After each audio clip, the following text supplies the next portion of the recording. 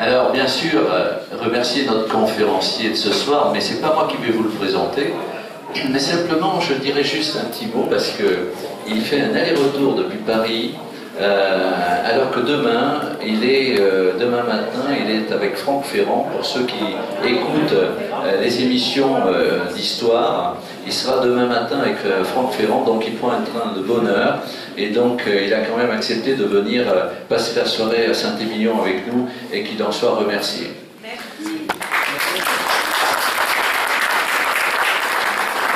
Deux autres personnes, que je voudrais remercier.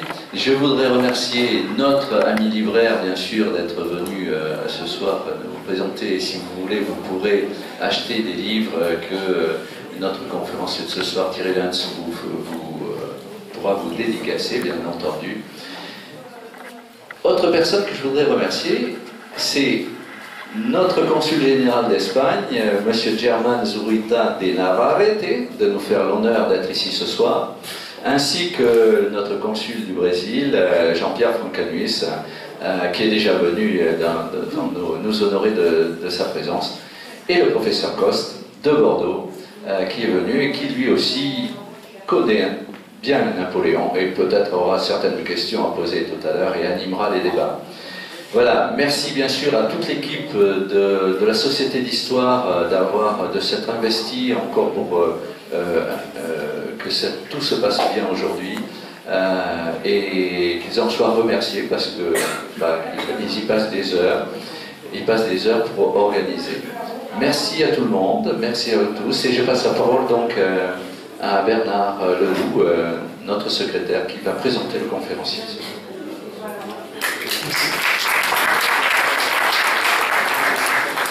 Alors, M. Guérilla, la notoriété incontestable de votre œuvre historienne du directoire et de l'Empire nous permettent d'apprécier à sa juste valeur le plaisir et le grand honneur de vous recevoir à Saint-Émilion.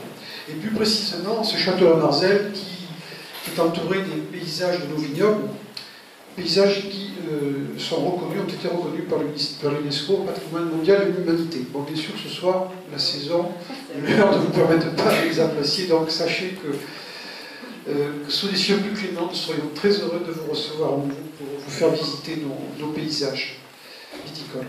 Alors, je rappellerai que vous êtes directeur de la Fondation Napoléon. Je pense que ça mérite un tout petit mot, cette institution mérite un tout petit mot.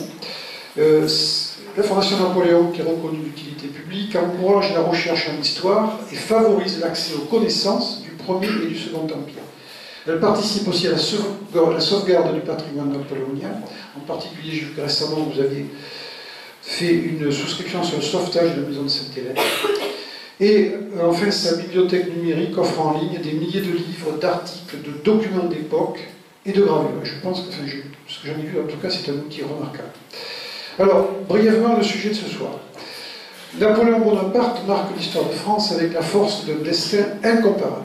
Cet homme, disons, providentiel, comme quelques-uns qui ont fait avancer ou redresser notre pays, s'impose à la tête de la nation par son génie stratégique militaire et son sens inné de l'État et de la diplomatie.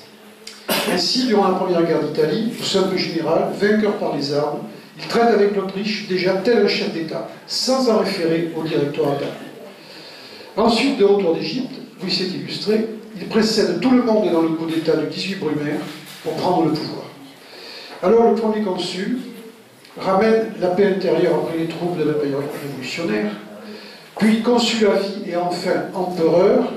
Il va donner à la France son armature administrative et juridique encore bien visible dans nos institutions actuelles.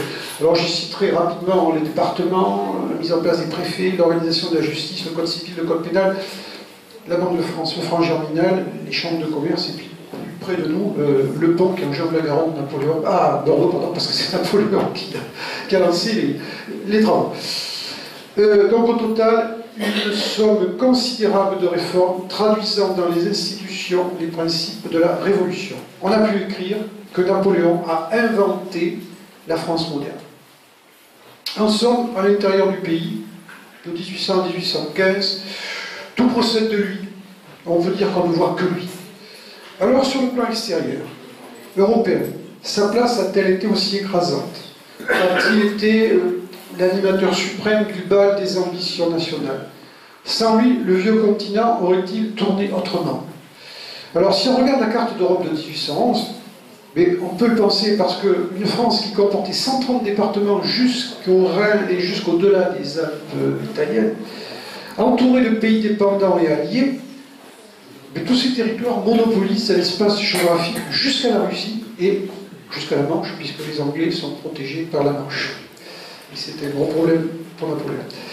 Mais la géopolitique européenne de cette époque n'est probablement pas aussi simple. Autrement dit, les rapports de la géographie et de la politique ne sont pas univoques. Monsieur Lenz, nous vous écoutons. Merci.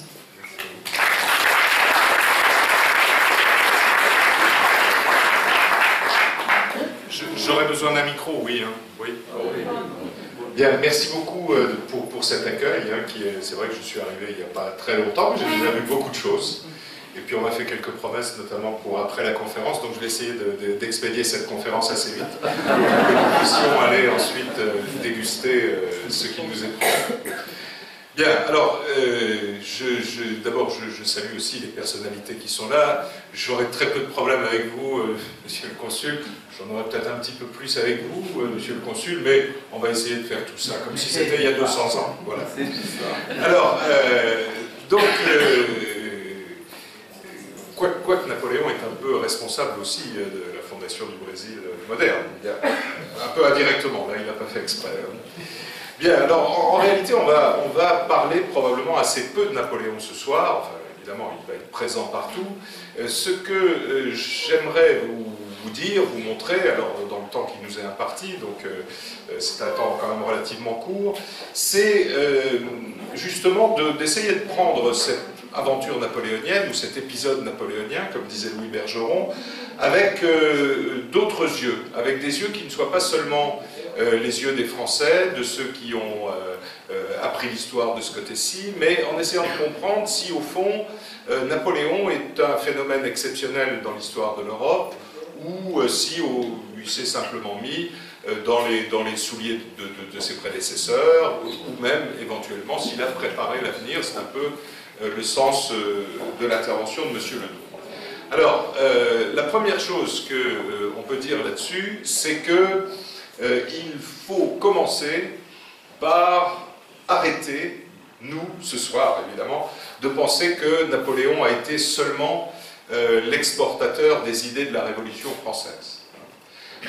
Nous avons pris coutume dans notre pays enfin quand on étudiait l'histoire napoléonienne à l'école, on avait coutume de présenter l'époque napoléonienne sur le plan extérieur comme la lutte de la Révolution contre l'Ancien Régime, enfin je le dis en le simplifiant. Alors il faut peut-être, c'est la première chose qu'il faut dire, c'est que probablement l'argument idéologique, la causalité idéologique doit être assez réduite lorsqu'on veut comprendre un peu la démarche, l'ambition européenne de Napoléon. L'idéologie domine assez rarement les relations internationales.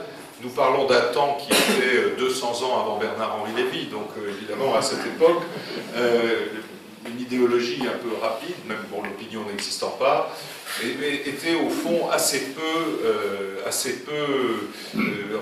assez peu d'importance dans les décisions extérieures des États. Alors c'est vrai que lorsque l'Europe a commencé à faire la guerre à la France, elle a avancé l'argument idéologique, que la propagande britannique a sans cesse été une propagande se fondant uniquement sur l'idéologie, mais simplement pour dire les choses brièvement, nous nous faisons avoir aujourd'hui avec les mêmes arguments, puisque on prétend que la politique extérieure est fondée sur la mère des droits de l'homme d'un côté, les habits de la liberté de l'autre, etc. Donc, réduisons cet aspect, cette causalité idéologique dans les guerres de la Révolution et de l'Empire, parce qu'elles sont, au fond, la continuation d'une vieille histoire de l'Europe, avec, à l'époque qui nous intéresse, une accélération, on va dire, parce qu'un personnage a un petit peu accéléré les phénomènes, mais ce qui s'est passé sous le consulat et l'Empire,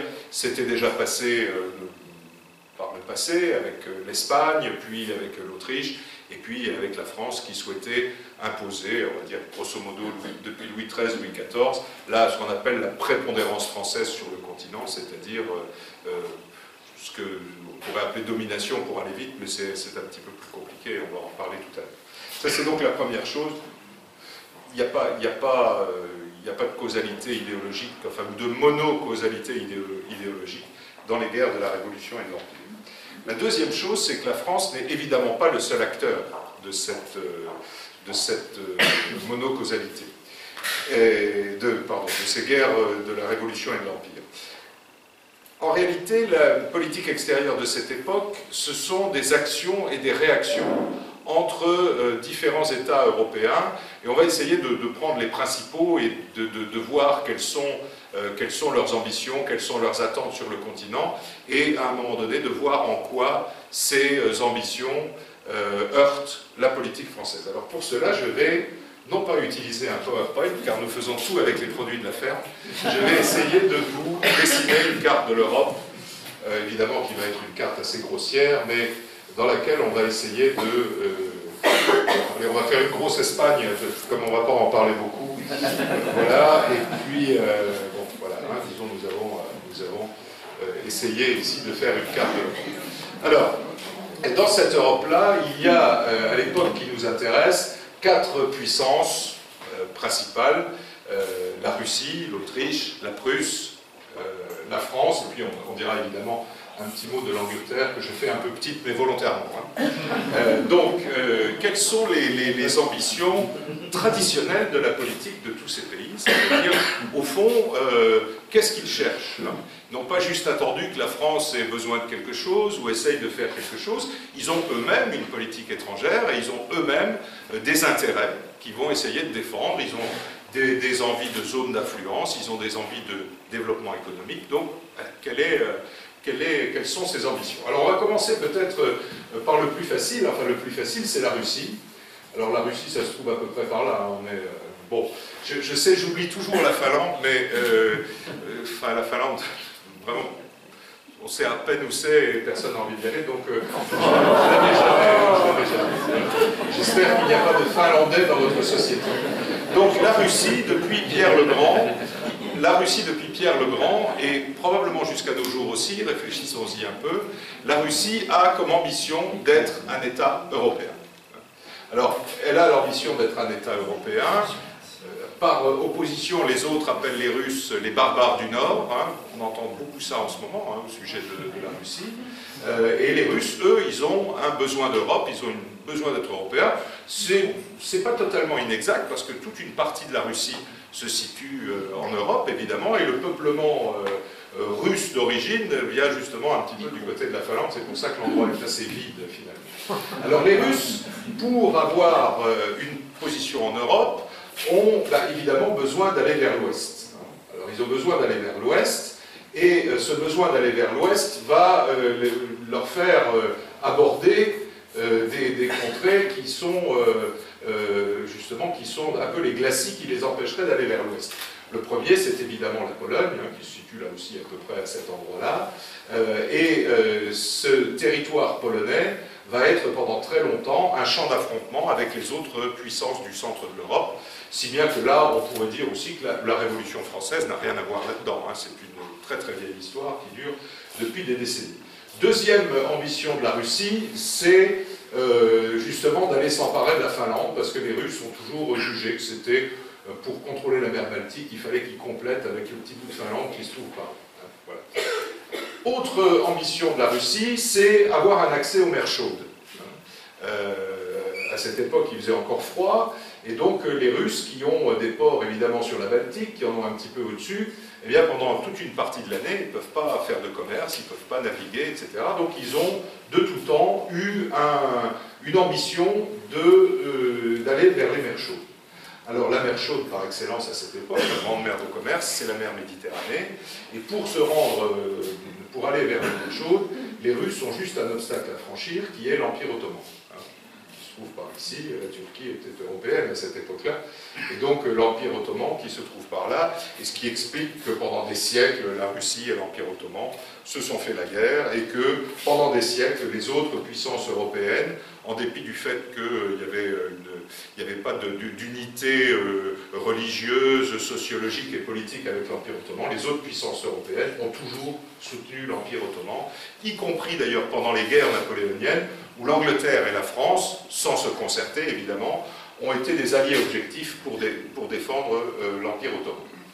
Alors voilà, donc les Russes ont, vous voyez, des ambitions qui concernent au fond assez peu la France. Hein. Enfin, on verra bien sûr qu'il va y avoir des frottements entre tout ça. Il y a un deuxième État important, ça va être l'Autriche. Alors l'Autriche, il va falloir s'imaginer que la carte est juste, hein, ça va se situer à peu près par ici. L'Autriche, elle a, dès cette époque-là, contrairement à ce qu'on dit souvent, ça n'est pas la Prusse qui a la première voulu unifier l'espace germanique, mais c'est bien l'Autriche, et c'est pendant des siècles l'Autriche qui a été la grande puissance germanique. Alors, cette Autriche, elle a évidemment des ambitions, non pas de domination, mais de prépondérance, on va dire, sur l'Allemagne. L'Allemagne va être un peu petite, hein, mais enfin, à l'époque, c'est pas grand-chose. Donc elle a, l'archiduc d'Autriche est empereur du Saint-Empire, et donc le Saint-Empire englobe toute une partie des États allemands. L'Autriche a elle aussi des velléités de renforcer sa position sur la mer Chaude de cette époque et considère qu'une grande partie des Balkans fait partie de sa zone d'influence. Donc elle va forcément aussi avoir à certains moments des frottements, si l'on veut, avec l'Empire ottoman. Et puis l'Autriche a, au sud de l'Allemagne, un certain nombre d'ambitions vis-à-vis de grands États allemands comme la Bavière, par exemple, où pendant des siècles, Autrichiens et Bavarois se sont affrontés pour le sud de la Bavière. Il y a eu des tas de projets d'échange de territoires, etc. Donc on voit bien que là aussi, dans la plupart des cas, l'Autriche, les ambitions de l'Autriche concernent assez peu, on va dire, la France, sauf dans le sud de l'Allemagne. Et donc vous voyez déjà qu'il va y avoir entre la Russie et l'Autriche une espèce de friction qui va se situer par ici, c'est-à-dire sur le sud de la Pologne, sur un petit peu l'Allemagne du Nord, d'autant plus que les Russes ont réussi pendant le XVIIIe siècle à s'insérer dans la politique allemande, d'abord par une politique d'alliance. La dynastie des Romanov était très peu considérée par les autres dynasties européennes, donc les Romanov se sont rabattus sur des petites princesses allemandes, et donc il y a toute une série d'États qui sont alliés aux Romanov dans cette Allemagne. Et puis en 1779, au moment de la paix de Teschen, qui est une espèce d'accord international pour éviter une guerre générale en Allemagne, les Russes et les Français se sont alliés pour devenir en quelque sorte les protecteurs de l'Allemagne. Donc les Russes se prétendent aussi un peu les protecteurs de l'Allemagne, ce qui fait qu'ils ont là un contentieux assez fort avec les Autrichiens.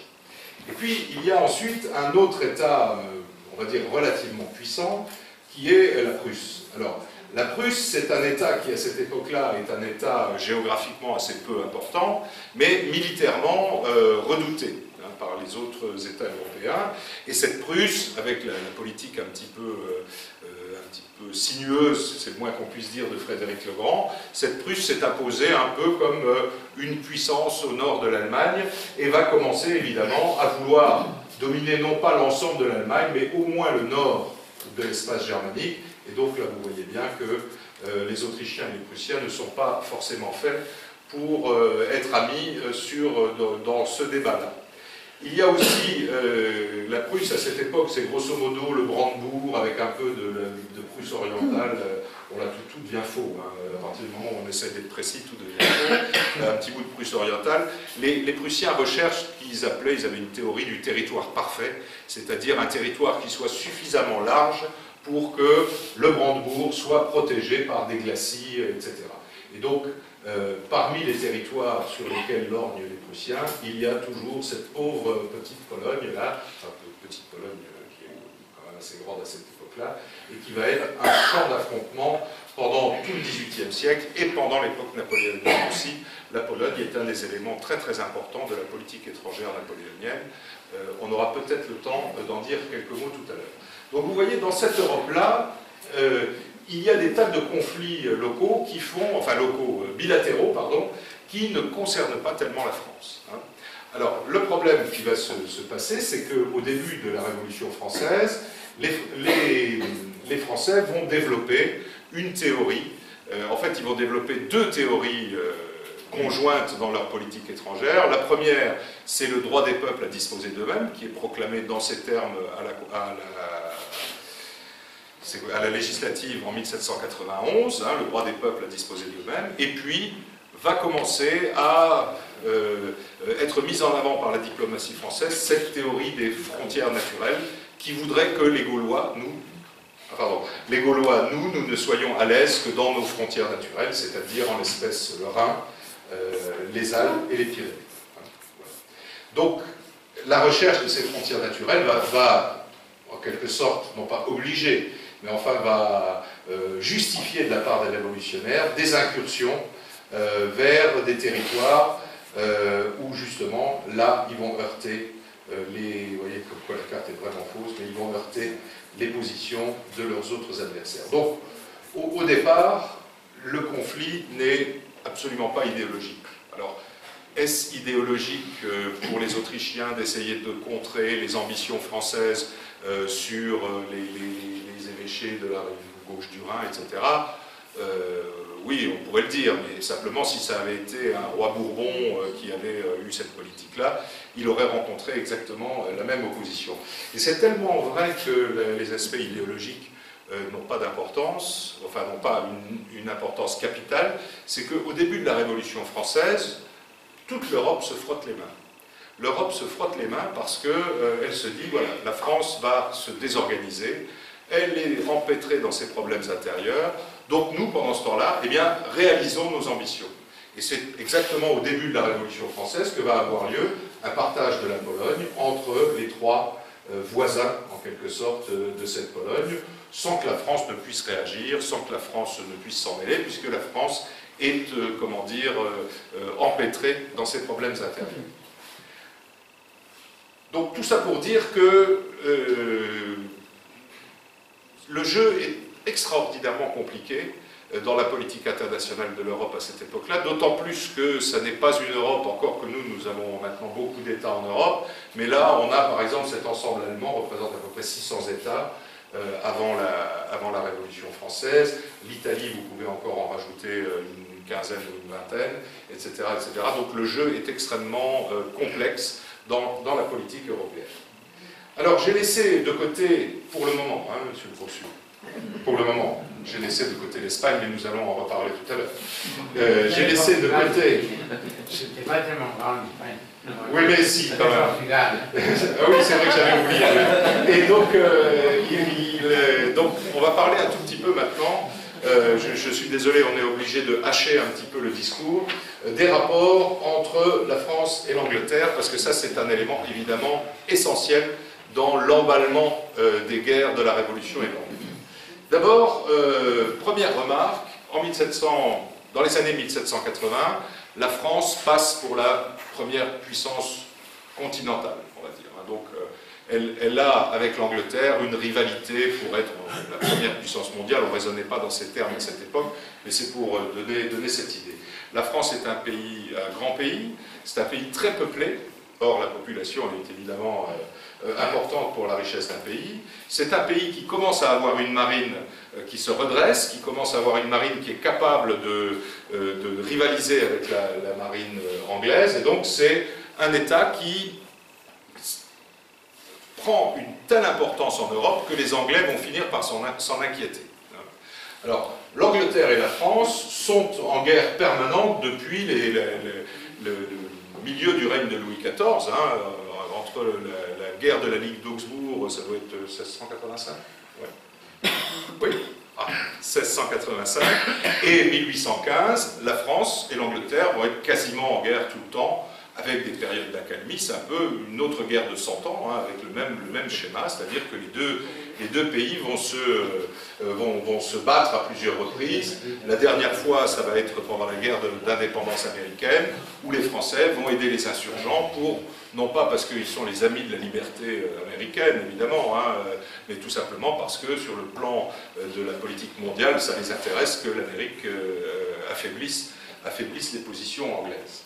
Alors, cette rivalité, elle va déboucher sur deux théories de l'organisation de l'Europe à cette époque. La théorie qui est le plus en vogue, dont tout le monde parle et dont tout le monde se fait l'ami en quelque sorte, c'est la théorie de ce qu'on appelle l'équilibre européen. Alors c'est une théorie qui est apparue dans le droit international au XVIe, XVIIe siècle, qui s'est développée et qui veut que, en quelque sorte, les forces soient suffisamment bien réparties pour que les États finissent par ne plus se faire la guerre, finissent par seulement commercer entre eux, etc. Alors cet équilibre européen, c'est une théorie que les Anglais ont pris à bras-le-corps. Alors vous aurez déjà remarqué qu'un mot comme ça, on ne peut pas être contre. Les Anglais ont un proverbe qui dit on ne peut pas être contre les petits bébés et les petits chats. Nous, on pourrait rajouter on ne peut pas être contre Julien Clerc. À cette époque-là, l'équilibre européen, c'est évidemment une espèce d'Eldorado que tout le monde va rechercher. Et les Anglais vont se saisir de cette théorie et en faire le fer de lance de leur politique. Alors pour eux, ça veut dire quoi, l'équilibre européen? D'abord, les Anglais se moquent bien de toutes les implications diplomatiques, territoriales, de tout ce qui se passe sur le continent européen. Ça n'est pas leur problème. Ça, ils considèrent que leurs intérêts ne sont pas en jeu, à une exception près sur laquelle on reviendra, dans tout ce jeu de petits princes, de petites choses comme ça. C'est pas du tout ce qui les intéresse. D'ailleurs, Frédéric Legrand disait toujours, c'est fou ce que les Anglais ignorent. Ils ignorent tout ce qui se passe en Europe, ils ne veulent même pas en entendre parler parce que pour eux, la politique étrangère, ce n'est pas une question de territoire, ce n'est pas une question de puissance, ce n'est pas une question de gloire, c'est une question d'économie. Ils sont de ce côté-là assez en avance, en tout cas sur ce qu'ils mettent en avant dans leur politique étrangère, c'est l'économie. Eux, ils veulent faire du commerce. Ils savent que c'est une toute petite île, assez désolée, et on en profite, très peu peuplée à l'époque, 16 millions d'habitants en Angleterre, pratiquement 28 en France. Ils ont, comme souvent les îles développées, un goût du large, une espèce d'envie de commerce mondial, et donc ils ont effectivement un commerce mondial très dynamique. Ils importent beaucoup de matières premières qu'ils commencent à transformer dans leur île, donc il leur faut des clients. Et donc pour avoir des clients, eh bien, il faut que cette Europe, justement, soit équilibrée. C'est-à-dire ce qu'ils ne veulent pas, c'est qu'un État, que ce soit l'Espagne à une époque, l'Autriche à une autre, ou la France à ce moment-là, ils ne veulent pas qu'un État régisse le fonctionnement du continent. Donc ça, c'est un peu la théorie de l'équilibre, mais vous voyez que ce n'est pas, du point de vue britannique, ce n'est pas une théorie généreuse, c'est, encore une fois, toujours les intérêts qui guident la politique étrangère. Deuxième théorie qui va se heurter à celle de l'Angleterre, c'est bien sûr celle de la Révolution française, mais surtout celle de Napoléon, parce que Napoléon va aller jusqu'à la théorisation de sa théorie, c'est-à-dire qu'il va y mettre des règles. C'est ce que Napoléon a appelé le système européen.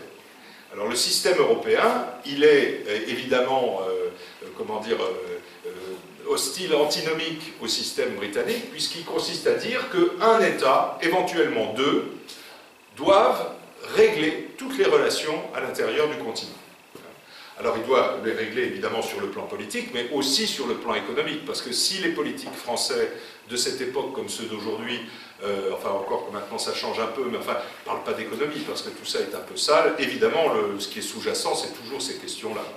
Et alors donc le système européen, un ou deux États va dominer l'Europe, c'est ce que Napoléon va défendre, et vous comprenez bien que les Britanniques ne peuvent pas admettre ce système, d'autant plus que cette domination européenne, la guerre avec l'Angleterre, à la fois pour la prépondérance en Europe, mais pour la prépondérance dans le monde, entre la France et l'Angleterre, va occasionner notamment le blocus continental, ce qui fait que les Anglais vont pouvoir importer tout ce qu'ils veulent, ils ne pourront plus jamais exporter vers l'Europe quoi que ce soit.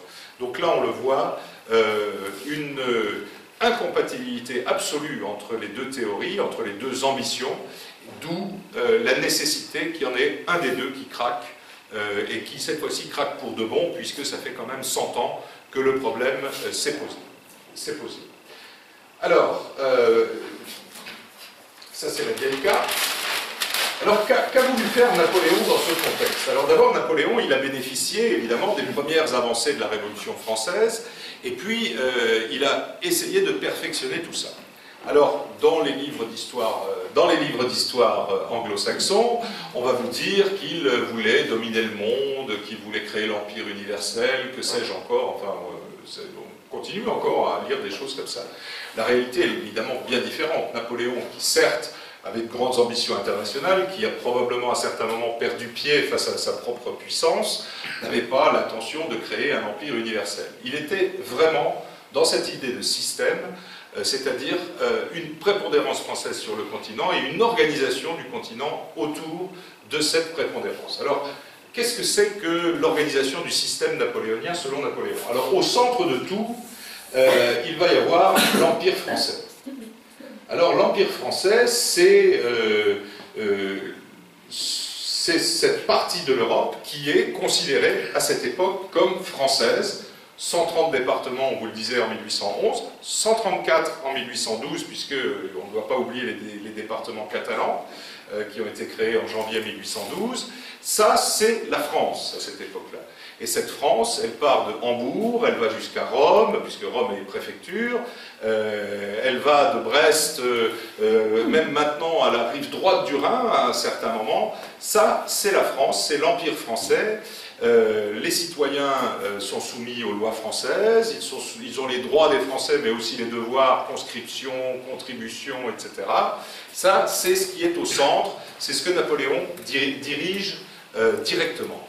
J'ai été très frappé il y a deux ans, le service historique de la Défense a publié les mémoires d'un cuirassier qui partait à la campagne de Russie. Et ce cuirassier, à un moment donné, donc, va franchir le Rhin et se trouver dans un territoire qui n'est pas français. Et dans son journal, il écrit « Ah, on vient de sortir de France, bah, tout de suite c'est moins joli, c'est moins beau, les gens sont moins propres, les routes sont moins bonnes. » Alors évidemment, c'est le côté un peu des Français, mais c'est aussi le fait que c'est après avoir passé le Rhin, c'est-à-dire très loin des frontières habituelles de la France, si vous voulez, c'est-à-dire que pour un certain nombre de gens à cette époque, c'était effectivement la France, tous ces États qui avaient été annexés. Alors, les annexions ne sont pas, enfin, on disait réunies hein, à cette époque-là. On avait déjà un peu le sens de la langue de bois. Évidemment, tout ne s'est pas bien passé partout. Hein. En Hollande, il y a eu pas mal les gens se sont regimbés. En Italie, il y a eu pas mal d'émeutes, enfin, etc. Mais Napoléon savait comment faire avec les Italiens. Il l'a expliqué assez souvent à son frère Joseph quand il était roi de Naples. Je vous le résume, les Italiens, il faut taper dessus. Hein. Et quand vous tapez dessus, ils arrêtent. Voilà, et c'est probablement une des erreurs qu'il a commises en Espagne, c'est qu'il a cru que les Espagnols, du fait qu'ils avaient un petit morceau sur la Méditerranée, bah, tout ça c'était des Méditerranéens, il va suffire de taper dessus, et ça va régler le problème. Et c'est bon, évidemment. Donc ça, au centre, l'Empire français. J'espère que vous ne représentez pas l'Italie aussi, monsieur. À un moment donné, oui. Ah, oui. Le moment où la France voulait le faire. Oui. Ça me dit quelque chose. Bien. Donc l'Empire français est au centre. Il va y avoir un deuxième cercle autour de tout ça, c'est ce qu'on va appeler le cercle des alliés satellites. Alors les alliés satellites, on utilisait d'ailleurs déjà le mot à l'époque, hein, c'est pas un mot qui date de la guerre froide. Les alliés satellites, ça va être grosso modo deux types d'alliés. Les premiers, ça va être tout ce que Napoléon va créer, les royaumes napoléonides, hein, c'est-à-dire les royaumes sur lesquels, et les petites principautés, sur lesquels il va placer sa famille. Hein. Alors c'est le cas en Hollande, où Louis Bonaparte va être roi de 1806 à 1810, puis comme il est un petit peu fou, Napoléon va l'enlever et annexer la Hollande, d'où les problèmes dont on parlait tout à l'heure. Il y aura Joseph à Naples, puis en Espagne, Murat à Naples, Jérôme en Westphalie, donc en Allemagne, hein, carrément au cœur de l'Allemagne, etc., avec les princesses. Enfin, juste une petite précision, on dit souvent que, vous savez qu'Elisa Bonaparte était grande-duchesse de Toscane, hein, mais ça ne voulait pas dire qu'elle gouvernait le grand-duché de Toscane. En fait, le grand-duché de Toscane était une grande dignité de l'Empire, comme archi-trésorier, archi-chancelier, etc. Elle avait donc un titre d'Empire, elle était grande-duchesse de Toscane. Mais dans la réalité des choses, elle était en fait gouverneur général des départements de Toscane.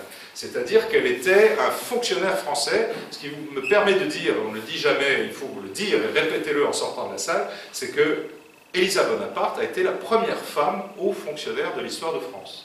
C'est-à-dire qu'elle avait la main sur les préfets, elle commandait la police, etc. Elle devait des comptes au ministre français, elle n'était pas duchesse d'un duché, hein, en quelque sorte. Alors donc, en fait, elle était là. Hein. Élisa, elle était dans l'Empire français, puisque les départements toscans étaient considérés comme des départements français. Donc, les royaumes napoléonides, et puis, on va dire, les alliés, là aussi un petit peu forcés, notamment la Confédération du Rhin. La Confédération du Rhin qui a été créée en 1806 sur le cadavre du Saint-Empire romain germanique, donc qui a compté jusqu'à 35 adhérents. C'était un accord qui prévoyait surtout qui avait surtout des implications militaires. Les États de la Confédération s'engageaient à mettre des troupes à la disposition. On dira tout à l'heure ce qui a été un peu manqué dans cette confédération. Donc vous voyez, deux cercles concentriques, vous avez déjà là une bonne partie de l'Europe où la prépondérance française est bien assise. Et puis, il va y avoir, comme Napoléon ne veut pas dominer l'Europe tout seul, hein, c'est pas Hitler ou je ne sais pas qui, il ne veut pas dominer l'Europe tout seul, il veut un grand allié, hein, puisque un ou deux États vont organiser l'Europe. Alors évidemment, ça ne va jamais être un accord égalitaire, hein, c'est-à-dire que Napoléon a plutôt tendance à se réserver l'ouest du continent, et puis l'autre allié, il va aller surveiller les barbares à l'est, hein, enfin bon, etc. Mais bon, il lui faut un grand allié. Et malheureusement, dans la politique étrangère de Napoléon, il y a une forme d'instabilité dans l'alliance pivot, l'alliance principale, qui probablement, là aussi, est une des raisons de la chute et du fait que le système n'ait pas fonctionné. Il y a eu 3 alliés différents en 14 ans. C'est-à-dire rien. Hein, je vous rappelle que c'est, pardonnez-moi je le redis, mais c'est Napoléon et pas Bernard-Henri Lévy qui gouverne là, donc en principe un politique qui a un certain nombre d'idées et de la suite dans les idées. 3 alliances principales en 14 ans. 14 ans, vous voyez que c'est pas grand-chose, hein, juste c'est par exemple le règne de François Mitterrand, 14 ans. Hein, je sais que pour certains d'entre vous ça a dû paraître long, mais c'est rien. Et on n'a pas de téléphone, on n'a pas de fax, on n'a pas de train, on n'a pas, bon, etc. Donc en 14 ans, Napoléon change 3 fois d'alliance. La première alliance qu'il va adopter, c'est l'alliance espagnole. L'Espagne est en paix avec la France depuis 1795 et devient à ce moment-là le principal allié continental de la France. Mais je vous fais juste remarquer, si vous vous rappelez de la carte, qu'en matière de voisins, l'Espagne n'a pas tellement le choix. Bon, alors donc il se trouve que l'Espagne, à cause du pacte de famille, à cause des relations, en fait, à partir du moment où Philippe V est monté sur le trône d'Espagne, les commerçants français, l'économie française a pris en main l'économie espagnole, et c'était devenu, monsieur le consul, pardonnez-moi, une sorte de colonie avant l'heure, donc l'Espagne avait assez peu le choix de chercher d'autres alliés. Donc le premier allié a été l'Espagne, et c'est une alliance qui a à peu près fonctionné jusqu'en 1804, alliance espagnole qui a évidemment beaucoup profité aux Français, assez peu aux Espagnols, mais encore une fois, rappelez-vous de la carte, est-ce que les Espagnols avaient le choix à ce moment-là? Alors il y a dans l'état d'esprit des Français de cette époque, là encore une fois, je suis désolé, mais un immense mépris pour l'Espagne. Donc on considère que c'est un État en décadence, c'est un État qui n'a pas su garder sa grandeur, c'est un État dans lequel les Hidalgos sont dégénérés. Regardez les pièces, le Barbier de Séville, quand vous regardez les romans de l'époque, les romans picaresques comme on appelait, il y avait toujours un noble espagnol mal rasé, mal habillé, etc. Et ça a fini par, comment dire, percoler dans la société française, jusque dans l'état d'esprit des dirigeants. Hein.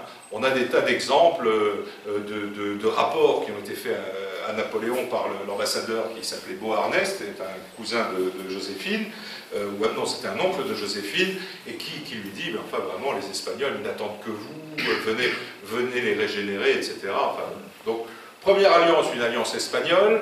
Il est vrai aussi, et je n'en dirai pas plus, que l'Espagne à ce moment-là est gouvernée quand même par un roi qui est un petit peu particulier, Charles IV. Charles IV est un roi qui ressemble beaucoup à la légende de Louis XVI, c'est-à-dire un roi qui ne fait pas grand-chose. Bon, lui ne fait pas de serrurerie, il fait des souliers. Donc il offre des souliers qu'il a lui-même fabriqués à ses visiteurs. Il est marié à une de ses cousines, qui s'appelle Marie-Louise et qui a longtemps collectionné les amants et finalement a fixé son dévolu sur un amant principal qui est le principal ministre de Charles IV, Manuel Godoy. Alors ce trio infernal, on a un rapport de Beauharnais qui qui raconte une scène à laquelle il a assisté, où il y a eu une dispute entre le roi et Godoy, et la reine a voulu intervenir, et Godoy a frappé la reine, en présence du roi. Hein. Donc, vous voyez déjà une ambiance familiale un peu particulière, à laquelle s'ajoute la haine du prince des Asturies, le futur Ferdinand VII, qui évidemment ne supporte pas à la fois de voir ce qu'on fait de la monarchie à ce moment-là, et puis ne supporte ni Godoy, et au final, il ne supporte même plus sa mère. Hein. Alors Charles IV et Marie-Louise ont eu, je ne sais plus, 12 ou 13 enfants. On est à peu près sûr qu'il y en a 8 qui sont de Charles IV, pour les autres, on ne sait pas. Alors, donc cette situation-là augmente de la part des Français cette idée que bon, l'Espagne est un peu dégénérée, d'autant plus qu'on a longtemps cru que l'Espagne était riche, parce que l'Espagne a les colonies d'Amérique du Sud, alors on rêve à l'or, à l'argent, aux piastres, que sais-je encore, puis il s'avère que l'Espagne n'a pas ces richesses-là, hein, parce que déjà dans les colonies espagnoles, il y a une forme, les colons essayent de garder leur argent pour eux. Hein. Donc, grande déception, un allié qui n'a plus de lustre, un allié qui n'a plus de richesse, et puis surtout un allié qui joue un jeu un petit peu bizarre. En 1806, Napoléon trouve dans le cabinet du roi de Prusse des lettres de Godoy qui a écrit au roi de Prusse en lui disant « Retenez-le un peu là-bas », parlant de Napoléon, hein, et puis nous on va l'attaquer par derrière. Hein. Donc, si vous voulez, Napoléon, vous le connaissez un peu, c'est pas exactement le genre de choses qui lui ont fait plaisir. Donc il va lentement abandonner l'alliance espagnole. Il va d'ailleurs tellement l'abandonner qu'il placera sur le trône son frère Joseph.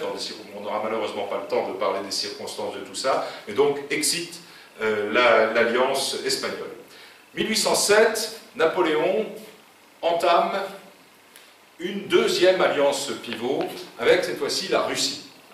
Alors là aussi, il faut remettre les choses dans leur contexte. La paix avec la Russie signée à Tilsit est une paix imposée par un vainqueur à un vaincu. Évidemment, les deux empereurs se sont embrassés sur le radeau, mais on a les lettres d'Alexandre Ier le lendemain qui écrit à sa sœur « Tu te rends compte, j'ai embrassé Bonaparte ?» Mais bon, il faut bien faire ça parce que la revanche sera pour plus tard, etc. etc. Tout ça, c'est évidemment c'est de la politique. Hein.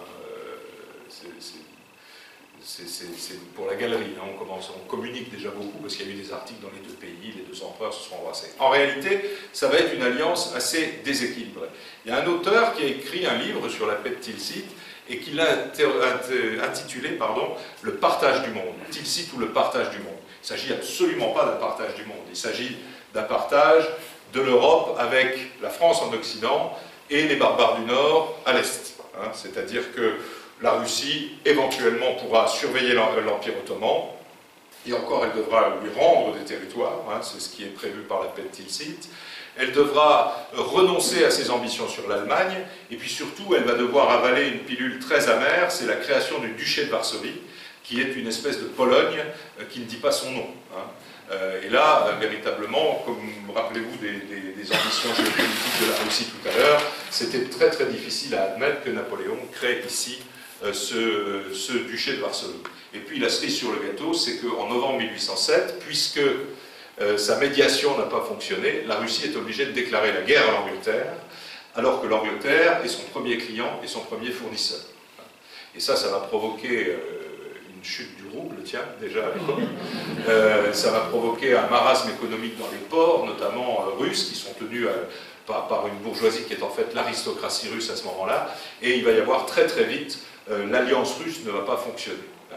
Alors, deux mots quand même sur la Pologne, parce que là aussi c'est un peu une légende qui veut que... Alors d'abord, non pardonnez-moi, je recommence, je vous parle de la Pologne après. Donc l'Europe que crée Napoléon, quand vous regardez bien, vous voyez qu'il répond en fait à un certain nombre de pressions géopolitiques. D'abord, il va barrer la route à la Russie vers l'ouest. Il va lui barrer la route en créant le duché de Varsovie et en créant ici la Confédération du Rhin. Donc vous voyez, il y a comme une barrière théorique là qui est faite aux ambitions de la Russie. Il va faire la même chose exactement avec l'Autriche. Il va créer la Confédération du Rhin, ça veut dire, toi tu vas plus voir en Allemagne hein, ce qui se passe. Il va créer une alliance très très proche avec le roi de Bavière. Hein. Et donc là aussi, les ambitions de l'Autriche sont un petit peu bloquées par les Français. Si les Autrichiens avaient eu des velléités de s'occuper de la Méditerranée, avec la paix de 1809, Napoléon va leur couper l'accès à la mer, puisqu'il va annexer ce qu'on appelle les provinces illyriennes, c'est-à-dire Croatie, Bosnie, enfin la Yougoslavie, quoi. Bon, on les choses par leur nom quand même. Eh bien, voilà. Donc, et puis ici, il va passer des alliances avec l'Empire ottoman aussi pour empêcher la Russie de déborder. Donc, vous voyez, ça n'est pas une politique, contrairement à ce qu'on dit parfois, créative, etc. Il y a quand même derrière une pensée pour créer un système où la France va pouvoir être prépondérante en Europe. Eh bien, il faut évidemment contenir les ambitions des autres. Hein, c'est la même chose au football, c'est la même chose en tout ce qu'on veut. Il place ses pions pour contrer les ambitions des autres. Alors, dans ces pions, il y a la Pologne. Alors, la Pologne, pour ceux qui suivent un petit peu le football, la Pologne, quand elle vient jouer au Parc des Princes, les seuls qui chantent une chanson où il y a Napoléon dedans, ce sont les Polonais. Parce que dans l'hymne national polonais, qui est l'hymne du régiment, enfin des soldats d'Abrowski, qui était un général polonais de l'armée d'Italie, c'est l'hymne polonais. Il y a une phrase qui dit quelque chose dans le genre « nous suivrons Bonaparte », enfin, etc. Donc, il y a une espèce d'idée qui veut que Napoléon était le restaurateur de la Pologne, l'ami de la Pologne, etc. Napoléon, il va être très très embêté avec la Pologne. Parce que, d'abord, quand il crée en 1807 cette petite Pologne, il ne l'appelle pas Pologne, il l'appelle Duché de Varsovie. Il l'appelle Duché de Varsovie parce que il sait bien que, comme il vient de faire la paix avec la Russie, déjà s'il appelle Pologne, bon les Russes, là comme ils sont vaincus, on s'en fiche un peu, mais il ne veut pas non plus inquiéter l'Autriche. L'Autriche possède toujours un petit bout de Pologne. S'il dit je recrée la Pologne, ça veut dire je vais reprendre le bout de l'Autriche, et puis je vais reprendre le bout de la Prusse. Puis alors à ce moment-là, il est aussi en paix avec la Prusse. Donc on le voit, à tout bout de champ dans sa politique, Napoléon va devoir faire attention aux voisins de la Pologne, donc il ne va pas recréer une Pologne. Hein. Il interdit d'utiliser le mot Pologne. Quand il reçoit les représentants du duché de Varsovie, il s'adresse à lui en disant « nous Polonais » et lui il répond en disant « vous Varsoviens ». Et ça dure comme ça pendant un certain temps, jusqu'au moment où, comme bon, vous connaissez Napoléon, jusqu'au moment où il quitte la pièce parce qu'il en a marre. Il aurait dû se méfier, vous savez que les Polonais sont comme ça. Bon. Voilà. Donc là aussi, un petit peu le seul moment où Napoléon va recréer la Pologne, c'est au moment de l'entrée en Russie. Hein, en juin 1812, il va dire « allez, on crée la Grande Pologne hein. ». Mais bon, là c'était trop tard, ça a duré que quelques semaines. Donc, revenons à nos moutons. Le troisième cercle, d'abord donc composé de l'Espagne, qui disparaît en 1808. Ensuite, on va prendre la Russie, donc après la paix de Tilsit en 1807, qui va être la deuxième grande alliance. Et donc cette alliance, en fait, très déséquilibrée, qui confine la Russie, enfin qui est contraire à toutes les ambitions russes. Et là, cette paix de Tilsit, elle ne va pas bien fonctionner. Hein. Les Russes préparent la revanche. Bon, on ne va pas refaire la campagne de Russie, mais les tas de colloques, d'études l'année dernière ont montré que, les Russes avaient préparé la revanche très en amont, et que la guerre aurait eu lieu de toute façon. Alors Napoléon a anticipé ça de façon un peu trop colossale, en quelque sorte, mais à partir de 1808-1809, les Russes préparaient la revanche. Alors il va y avoir une troisième alliance, c'est l'alliance contractée en 1810 avec l'Autriche. Là, on revient à la politique étrangère classique du règne de Louis XV, hein, puisque voilà, après la France, enfin les Bourbons et les Habsbourg, après s'être fait la guerre pendant des siècles, décident au milieu du XVIIIe siècle qu'il faut arrêter ça. Alors on commence d'abord à discuter, et puis après on finit par se prêter des archiduchesses, hein, Marie-Louise, pour ne pas, enfin si, pour la nommer, avec Louis XVI. Et en 1810, Napoléon va donc épouser Marie-Louise de Habsbourg-Lorraine. J'insiste toujours sur le Lorraine parce qu'on l'oublie, et comme je suis de là-bas. Donc Marie-Louise de Habsbourg-Lorraine, qui est épousée en 1810, et ça constitue véritablement un renversement d'alliance. Et Napoléon utilise le terme, ce renversement d'alliance, lorsqu'il écrit à ses collaborateurs. Alors, non seulement il va épouser cette très jeune femme, hein, elle a 18 ans au moment du mariage, elle est fraîche, hein, il y a trop de dames dans la salle pour que je vous raconte les anecdotes croustillantes de l'arrivée de Marie-Louise à Compiègne. Et puis, cette alliance va être, comment dire, complétée par des tentatives de négociation de traités de commerce, par des prêts de ports aux Autrichiens. Je vous rappelle qu'on leur a supprimé tous leurs ports, par des négociations pour éventuellement leur rendre les provinces illyriennes de la Yougoslavie, etc. Bon, ce qui ne se fera jamais. Et c'est un véritable renversement d'alliance qui a lieu en 1810. Et d'ailleurs, le coup joué avec Marie-Louise est un coup réussi pour Napoléon, hein, pour plusieurs raisons. D'abord, il va entrer dans la famille des Césars, comme il disait lui-même avec sa modestie habituelle, finissant même par parler de Louis XVI en disant « mon pauvre oncle ». Ça a l'air un petit peu ridicule, mais il n'empêche qu'à partir de 1810, on constate dans les milieux royalistes de plus en plus de ralliements à l'Empire. On a des lettres de nobles qui disent « bon ben voilà, ça y est, il est maintenant dans la grande famille des monarques européens, il est là pour longtemps, on va se rallier à lui, etc. » Donc c'est un joli coup, mais à nouveau, Napoléon a changé ses alliances, et là aussi, avec l'Autriche, bien sûr, il va discuter moins durement qu'il n'avait discuté avec les Russes, mais là aussi, c'est lui qui va imposer la façon dont doit fonctionner le système. Alors, donc voilà ce que Napoléon a voulu faire, enfin, c'est un peu résumé évidemment hein, sur ce dessin, ce qu'il a voulu faire, et alors, me direz-vous, où a-t-il commis des erreurs? Parce qu'au fond, tout ça c'est formidable, c'est très français, c'est une logique implacable.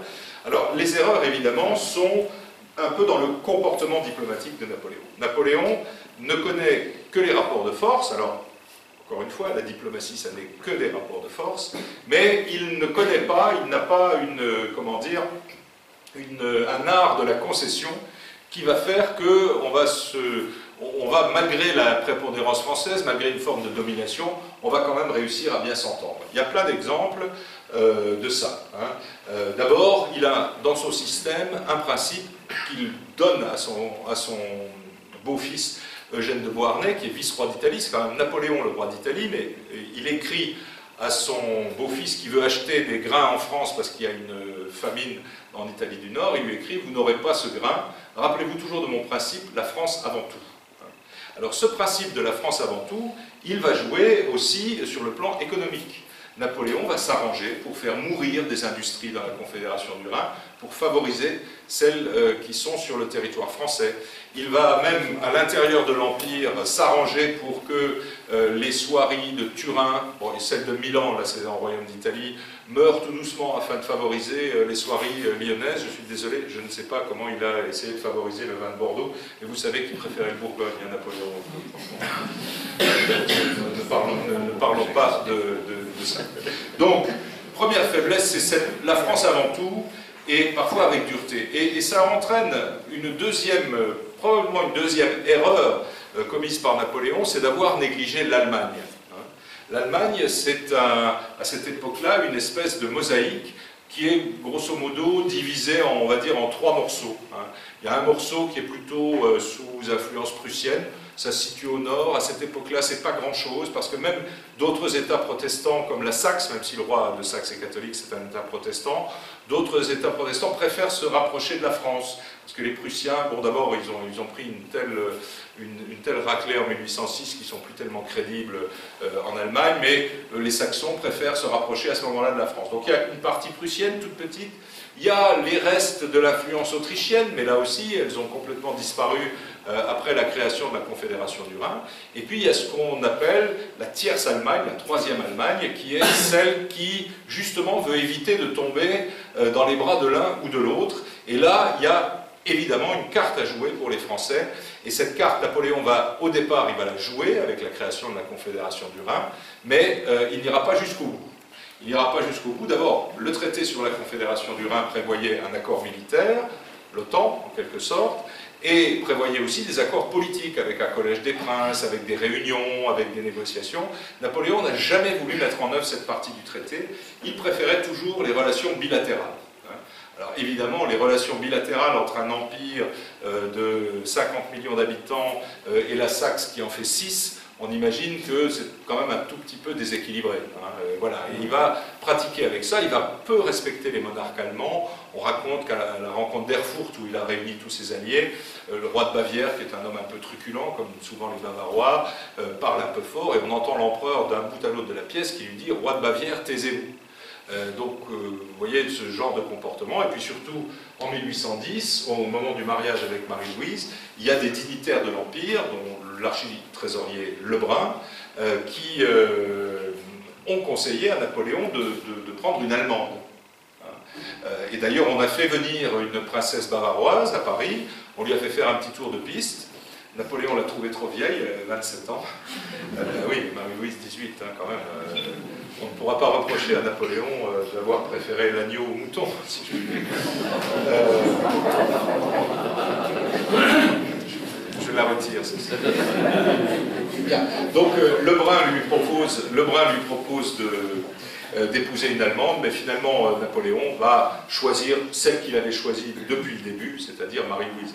Quand vous pensez que Napoléon évacue l'Autriche qu'il vient de battre, hein, à la bataille de Wagram et ainsi de suite, à la fin du mois d'octobre 1809, qu'en février 1810, il fait demander la main de Marie-Louise. Hein, donc vous voyez que la politique étrangère... Alors Marie-Louise, juste deux mots sur Marie-Louise, parce qu'on parle beaucoup de Joséphine hein, quand on parle de Napoléon, parce qu'elle avait de beaux bras, elle avait un beau cou, elle avait, bon, etc. Enfin, vous voyez, elle portait des belles robes, elle se parfumait, elle aimait les roses.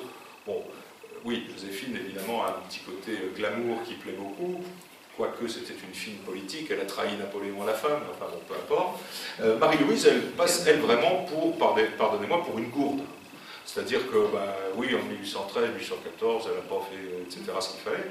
En réalité, il faut toujours se rappeler qu'elle avait 18 ans au moment où elle a épousé Napoléon, et que c'était une princesse d'un rang très très éloigné dans l'ordre de succession en Autriche. On lui avait jamais appris à gouverner, hein. On lui avait appris à coudre, on lui avait appris à faire des choses comme ça, à faire du canevas, à bien se tenir en société. On lui avait jamais appris à gouverner. Or, Napoléon lui laisse le pouvoir en 1813. Hein. Et alors elle est là, jeune femme, au milieu de tous ces crocodiles, parce qu'en plus, il y a beaucoup d'argent à récupérer, il y a beaucoup de pouvoir à espérer, etc. Et bon, bah, évidemment, après on s'étonne qu'elle n'en soit pas sortie, mais bon, donc il faut quand même toujours un petit peu... Je vous signale que le 20 janvier prochain va paraître pour la première fois en intégralité le journal de Marie-Louise. Elle a tenu un journal qui a été partiellement publié par Frédéric Masson. Quand il n'arrivait pas à lire les mots, il les inventait. Donc là, c'est un conservateur à la Bibliothèque nationale qui a redéchiffré, qui a rajouté des morceaux manquants. C'est assez intéressant, c'est assez touchant. C'est assez, comment dire, ça montre l'amour qu'avait Marie-Louise pour Napoléon à un moment donné. Bon, après, elle a changé d'amour, mais... souvent femme varie, hein, me direz-vous, et donc même plusieurs fois. Mais avec Napoléon, elle a été loyale vraiment jusqu'au bout, jusqu'à sa chute d'avril 1814. Je referme la parenthèse de l'Autriche. Et puis, autre grand sujet, alors tout ça, évidemment, cette organisation du continent, elle a pour objet de vaincre l'Angleterre, hein, de faire capituler l'Angleterre et d'accepter cette nouvelle organisation continentale. Alors ça permet d'introduire une dernière idée, c'est l'idée de l'argent. Alors c'est pas mon sujet à moi, c'est le sujet d'un de mes très bons amis qui s'appelle Pierre Brandard, qui a montré, alors on s'en doutait un peu quand même, mais bon, il a montré de façon beaucoup plus systématique, à quel point la guerre de l'argent a été une guerre importante sous le Consulat et l'Empire. Parce que pour faire la guerre, il faut des sous. On le sait bien, hein, il faut des hommes et il faut des sous. Que les armées ne pillent pas à longueur de temps, ils payent sans arrêt. Il faut payer la solde, etc. Il faut équiper les soldats. Et donc tout ça a coûté bien cher. Et Napoléon, lui, a, il a voulu mettre en place un système qui n'était pas un système qui était producteur d'argent. Pourtant, pour un Français, il aurait dû emprunter, créer de la dette, etc. Il n'a pas fait ça. Il a fait les choses de façon extrêmement artisanale, si l'on peut dire, alors que de l'autre côté, les Anglais, eux, ils ne se sont pas gênés, ils avaient déjà un système moderne, ils utilisaient déjà le billet de banque assez largement, ils avaient un système de crédit très perfectionné, ils avaient des banques très puissantes, et ils n'avaient pas peur d'emprunter. Napoléon ne voulait pas emprunter, alors On peut dire qu'il ne voulait pas emprunter parce que personne ne lui aurait prêté. En réalité, c'est un peu ça. Donc, comme il disait, c'était l'insulte du marché. Pourquoi lancer des emprunts alors qu'il n'aurait pas pu les couvrir? Il a tenté un emprunt une fois en mettant un faux-nez qui était la Saxe. C'est en 1811. Il décide qu'il va y avoir un emprunt, on va l'appeler l'emprunt de Saxe. Alors, je ne me rappelle plus des chiffres, mais mettons, si c'est 10 millions qu'il recherche, seulement 2 vont être souscrits, et en plus c'est la maison de l'empereur qui les souscrit, donc enfin, la liste civile qui les souscrit, donc vous voyez, ça ne fonctionnait pas. Donc lui, il n'aime pas trop les emprunts, il aime bien la fiscalité, les choses classiques, enfin, etc., alors que les Anglais empruntent à tour de bras.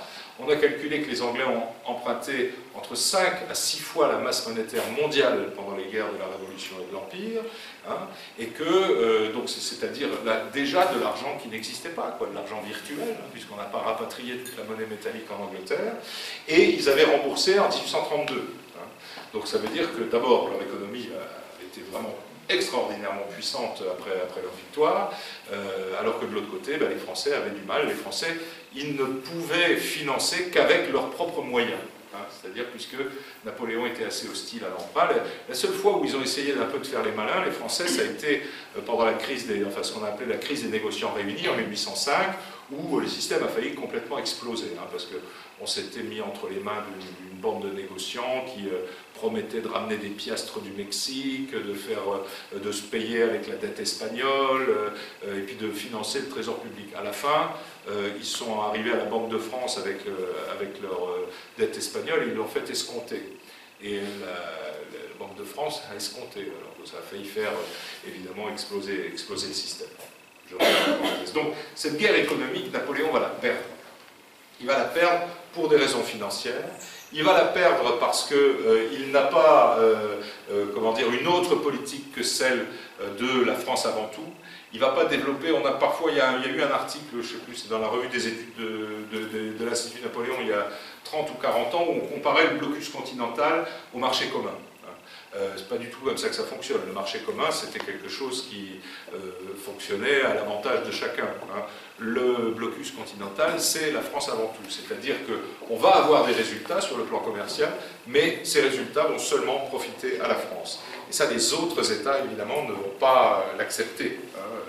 En plus, au moment de la paix de Tilsit, par exemple, les Russes, par obligation, acceptent de rompre avec l'Angleterre.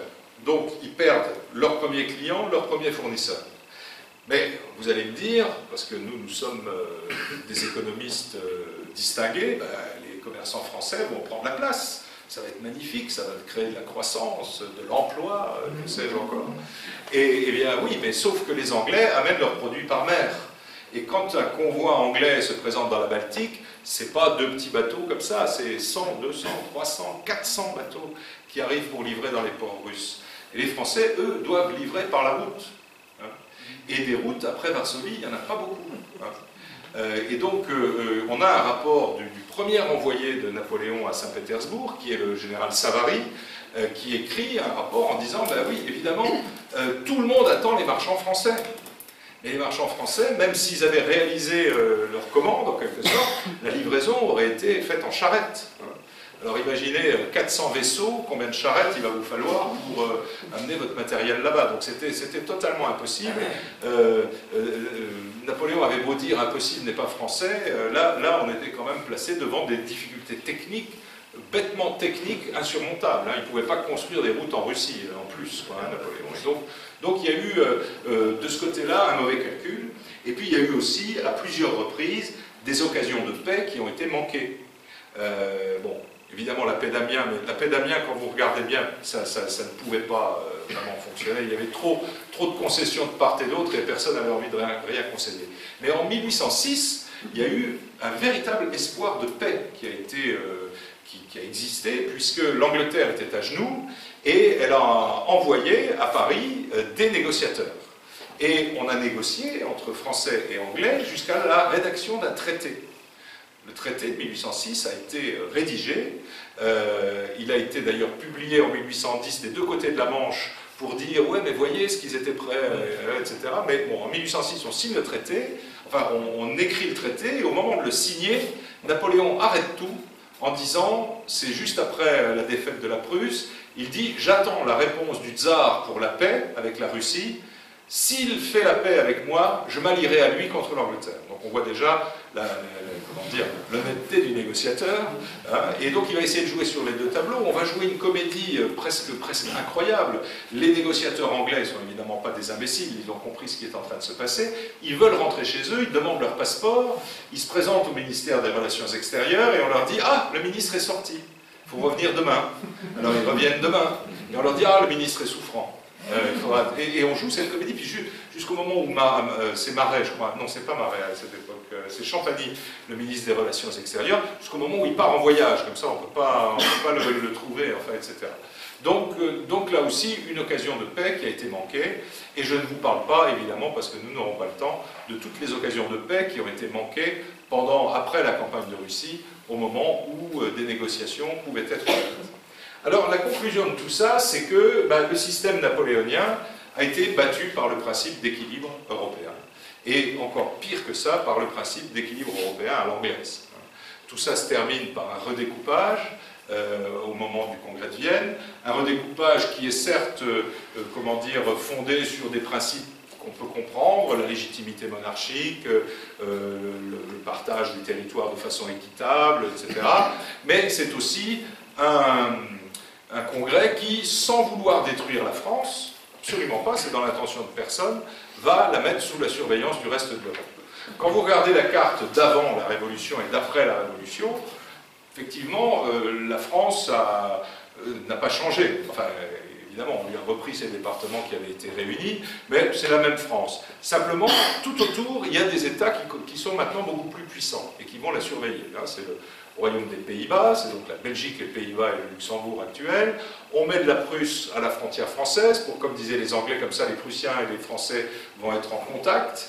On met un État dont la neutralité est reconnue par le monde entier, c'est la Suisse, hein, ça date de cette époque-là.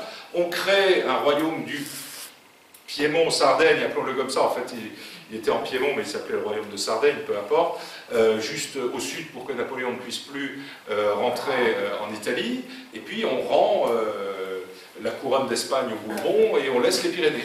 Donc comme ça il ne pourra pas non plus aller vers l'Espagne. Donc on voit bien que, Napoléon a été peut-être dans l'histoire de France le dernier à avoir essayé de créer cette prépondérance française sur le continent. C'est celui qui peut-être est passé le plus près du succès en la matière, mais le bilan de tout ça, c'est qu'après Waterloo, pour la France, c'est la fin de l'affaire. Hein. Je suis désolé, on est en train de nous dire que nous sommes un grand pays, qu'on domine le monde, etc. Tout ça, c'est n'importe quoi. À partir du moment où la paix de Paris en 1815 a été signée, donc le deuxième traité de Paris, la France était déjà sous surveillance, et elle a ensuite été mise quasiment sous tutelle par l'Angleterre. L'Angleterre, au XIXe siècle, c'est une puissance qu'on ne peut pas imaginer. C'est-à-dire, c'est peut-être, n'exagérons pas, mais enfin, c'est probablement plus puissant, si l'on peut dire, que les États-Unis dans les années 1950, ou en tout cas, ça se compare largement. Et en politique étrangère, ce sont les Anglais qui feront la loi, et on ne pourra, que ce soit les Français ou les autres, avoir une politique étrangère que tant qu'elle conviendra aux intérêts britanniques. Alors c'est évidemment totalement vrai pour la France. Quand vous regardez l'histoire de la politique extérieure française au XIXe, mais même en 14-18 et même en 39-45, les Français, tant que l'Angleterre a été un empire important, les Français ont été toujours obligés soit de demander la permission à l'Angleterre, soit de partir avec elle dans les aventures. Donc voilà, c'était une grande occasion manquée. Voilà, c'est la conclusion. Si vous avez des questions, évidemment, je crois qu'on a prévu ça. Voilà, merci de...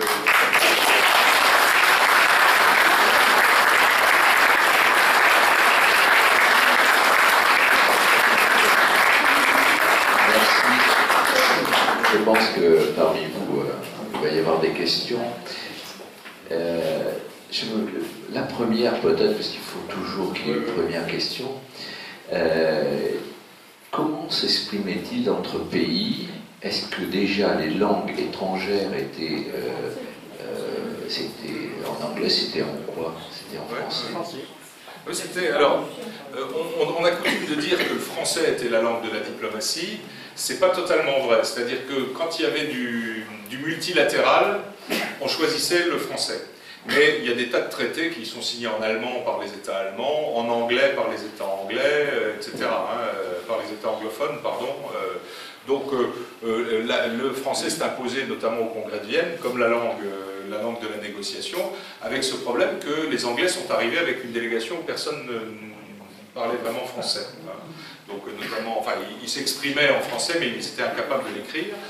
Parce que la diplomatie de cette époque, mais la diplomatie d'aujourd'hui aussi, quand vous voyez Laurent Fabius descendre de son avion les cheveux au vent, n'en croyez rien, il ne va rien discuter du tout, tout est déjà fait, puisqu'on a échangé des notes, on a échangé des mémorandums, et à l'époque c'était déjà comme ça. Moi j'ai un peu étudié donc, le Congrès de Vienne.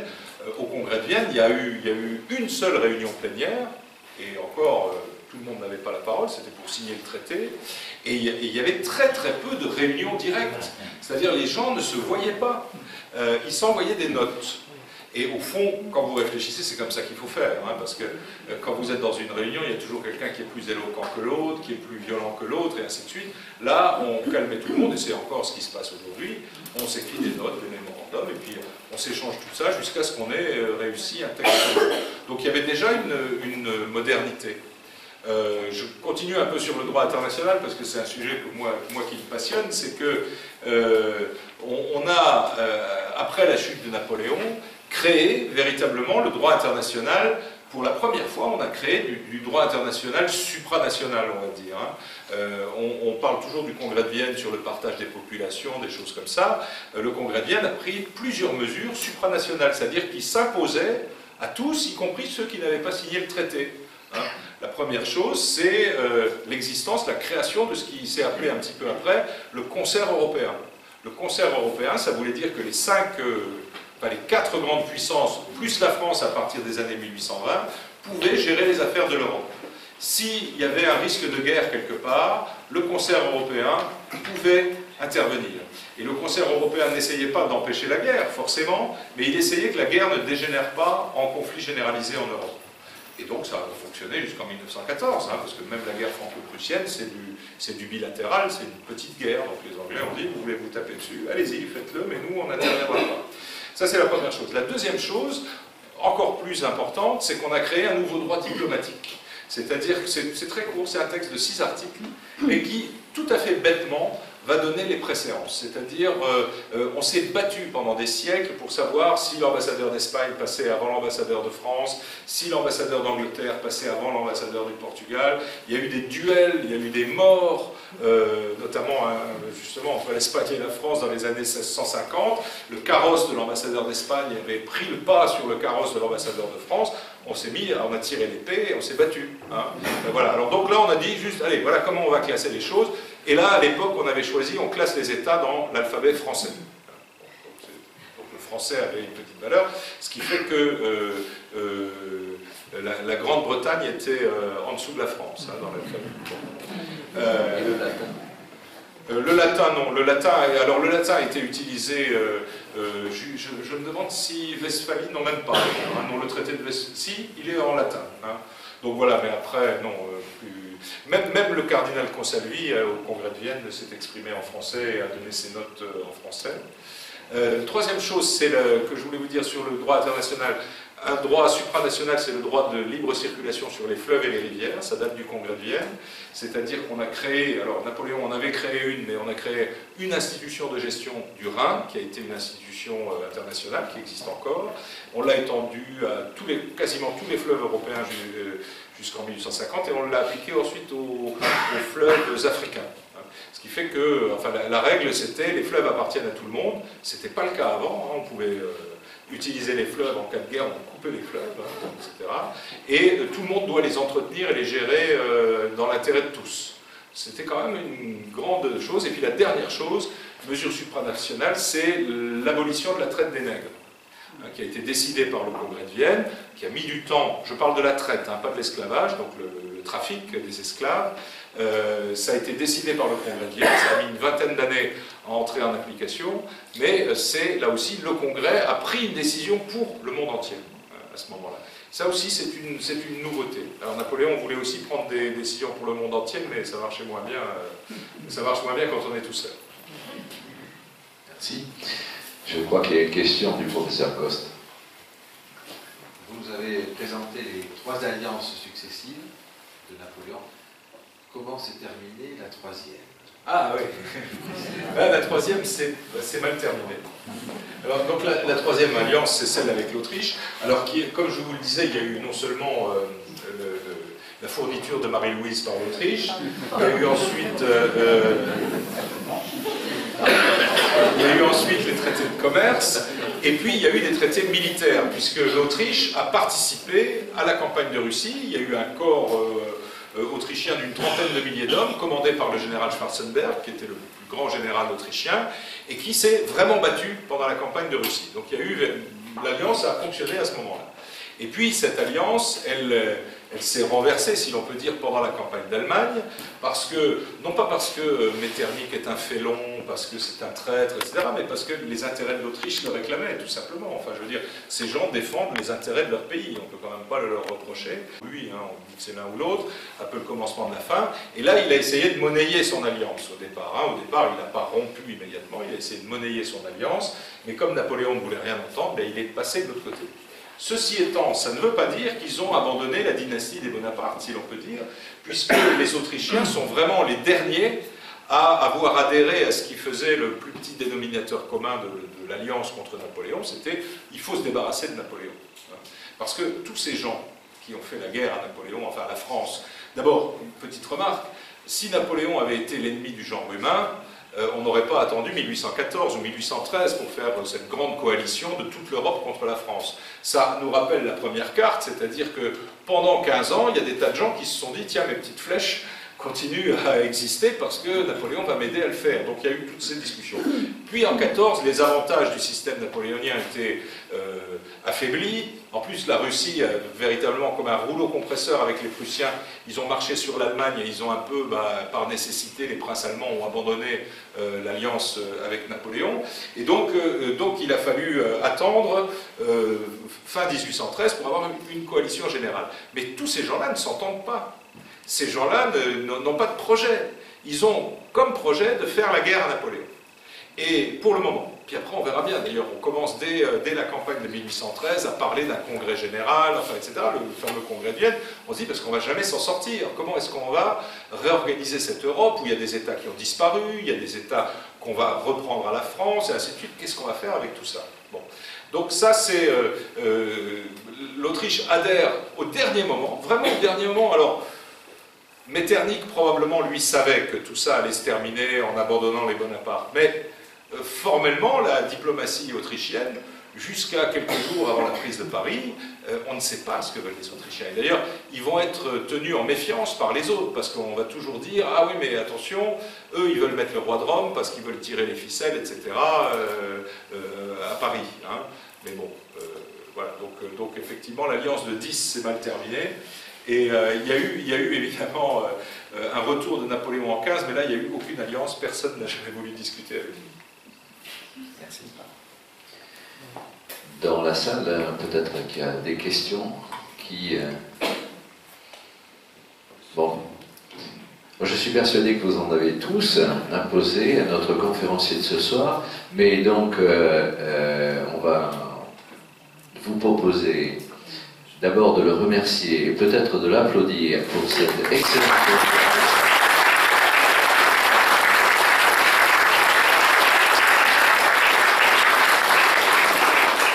Je remercie encore Philippe Genvet, donc directeur de la Marzel, de nous avoir accueillis ce soir. Félicitations encore à toute l'équipe de la Société d'Histoire et d'Archéologie d'avoir organisé cette soirée. Ce que je vais vous proposer, vous allez pouvoir continuer à parler avec notre conférencier pendant le cocktail dînatoire pour ceux qui sont inscrits. Avant, si vous êtes intéressé, vous pouvez acheter un livre et donc M. Thierry Luns le dédicacera avec plaisir, j'en suis persuadé.